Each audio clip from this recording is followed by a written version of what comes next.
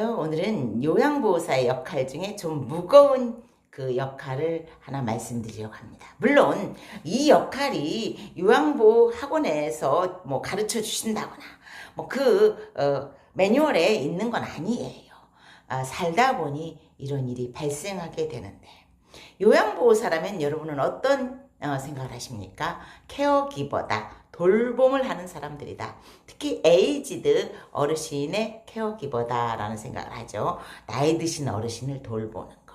뭐 요양원이든 주간보호센터든 제가든 상관없어.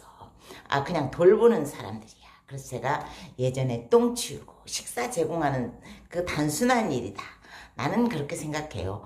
먹고 사는 것이 자연스러우면 하여간 그래도 살아갈 가치가 있고 또 살아있는 어르신이니까 우리가 충분히 존중하고 또 존경도 해야 되겠죠. 하여간 요양보호사의 역할은 이렇게 어르신을 돌보는 것인데, 그 돌봄을 진행하다 보면 자연스럽게 원하지 않지만 마주하는 순간이 있어요. 여러분, 요양원에서 어르신이 운명하시면 굉장히 복잡한 일이 발생한다고 하지 않았습니까? 엄청 복잡한 일이 발생하죠. 그런데 만약에 요양보호사가 야간 근무를 하고 있었어. 어르신이 발견이 됐어. 경직 상태야. 경직 상태라는 건 뭐예요? 돌아가신 지 오래됐다라는 것이죠. 만약에 어르신이 수면제를 드시고 주무셨어. 그런데 초저녁에 이미 주무시면서 운명하셨어. 요양보호사가 아침이 되도록 발견을 못했어. 그리고 아침이 되어서 기저귀를 가려고 딱 갔는데 이제 푹 잔 경우가 되겠죠. 어르신이 운명하셨어. 경직도 됐어. 부랴부랴 여기저기 연락을 하겠죠. 담당자에게 연락을 해요. 돌아가셨어요. 어떡하면 좋죠. 마구마구 요양원 그 담당자들이 요양원에 모여들겠죠. 그리고 비상제재가 되겠죠. 어르신은 물론 병원에 실려갈 거예요. 그런데 이 요양원의 운명은 어떻게 될까요? 검사를 받게 되죠. 더러는 요양보호사가 업무상 직무태만이나 이런 걸로 조사도 받을 수 있겠죠. 처벌까지는 제가 모르겠어요. 하여간 그때는 부검을 하고 자연사냐 아니면 뭐 어떤 위력이냐에 또 조사도 할 것이고, 물론 CCTV도 검열을 하겠죠. CCTV를 보고 옆에 있는 어르신이 구타를 했어. 그런데 요양보호사가 몰랐건 지속적으로 구타를 했는데 요양원도 몰랐어. 그럼 요양원도 책임을 묻겠죠. 이렇게 요양원에서 어르신이 돌아가시면 부검을 할 수도 있다라는 거예요. 그래서 요양원에서는 하여간 어르신이 그 안에서 사망하지 않도록 잽싸게 사망 직전에 병원으로 옮긴다거나 사망과 동시에 그 장례식장으로 옮긴다거나 뭐 이런 것들은 굉장히 중요한 일이 됩니다. 다행스럽게 요양원에서 운명을 하셨는데 부검이가 노안으로 돌아가셨어. 금방 돌아가셨거든. 하면 되지만 이제 경직된 상태라 이제 장례식장으로 옮겼는데 부검의 선생님이 이거 경직된 상태로 왔어 라고 한다면 이거 부검해야 돼 라고 당연히 부검이 또 될 수도 있겠죠. 하여간 이렇게 요양보호사는 요양원에 근무할 때도 어떤 어르신의 사망사건이 발생을 한다면 그런 위험 부담을 안고도 있어요. 물론 어떤 노련한 요양원에서는 능숙하게 그 일을 처리하지만 다 그런 건 아니거든요. 모든 요양원이 그렇게 능숙하게 처리하는 건 아니기 때문에 더러더러 그 과정에서 이제 그 전에 이제 기저귀를 갈 때 요양보호사들이 지난번에 말씀드렸잖아요. 남자는 침대에 누워서 꼼짝도 못해도 남자 어르신은 남자다.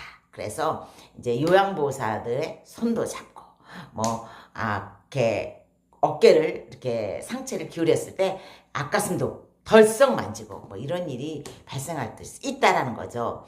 그러면 그 요양보호사들도 본능적으로 지금 뭐 하시는 거예요? 딱 어르신의 손을 잡거나 이제 그 반사 행동이 나올 때가 있어요. 여러분 그거 되게 조심해야 되는데, 망자가 됐을 때 CCTV로 그런 광경이 발견이 됐다. 그러면 노인학대로 또 조사받을 수가 있어요.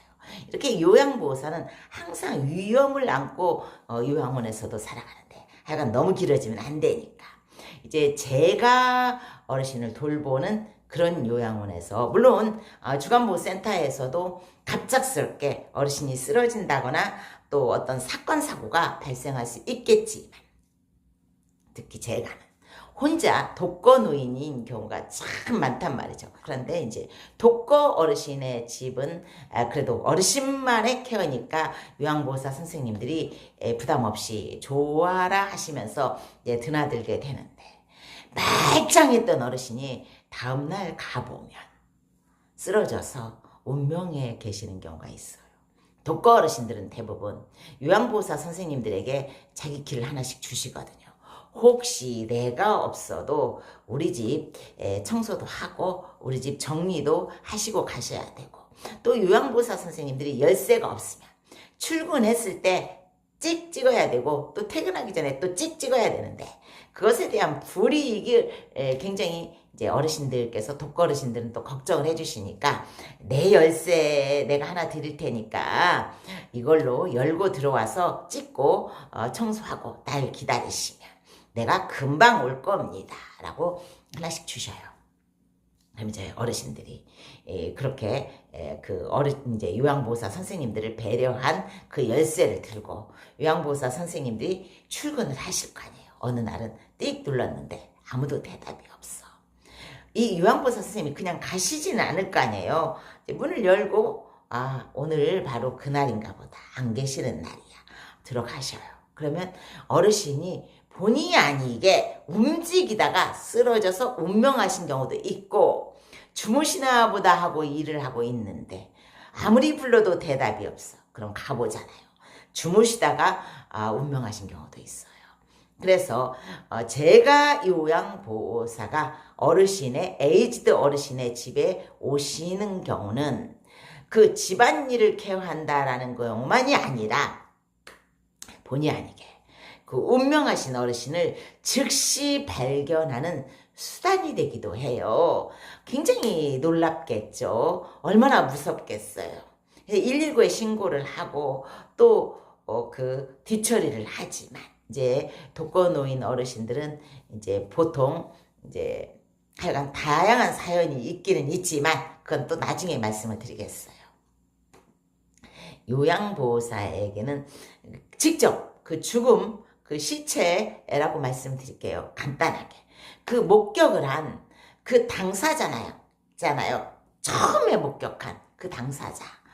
무섭죠. 굉장히 무서울 수밖에 없고 그것이 한동안은 또 트라우마가 될 수밖에 없겠죠. 하여간 이렇게 요양보호사의 역할은 숨겨진 역할도 많다라는 거. 그래서 제가 여러분들에게 말씀드리잖아요. 굉장히 존경스러운 경우다라고요.